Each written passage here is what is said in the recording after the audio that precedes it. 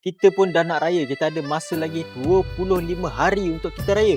Tapi sebelum korang nak balik raya tu, korang datanglah kat kampung saya. Korang makan dulu masakan kampung yang ada dekat sini. Korang boleh tengok view rumah yang betul-betul macam kampung. Makanan, apa lagi? Jom aku tunjuk kat korang makanan apa yang ada dekat Buffet Nusantara.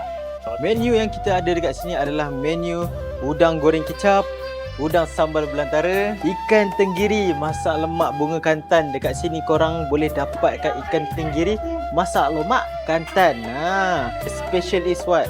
Kita ada seafood yang boleh disedut, bukan seafood sangkut. Okey.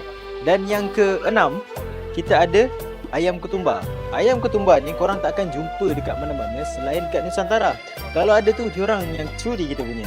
Dan yang ketujuh, kita ada apa? Kita ada ikan merah asam pedas. Ikan merah guys, tapi harga kita bukan tadi kita biasa-biasa je. Tapi kita serve ikan merah, ikan patin, tempoyak. Ikan patin tempoyak guys untuk korang. Dan yang terakhir sekali adalah terong bakar belantara. Yang ni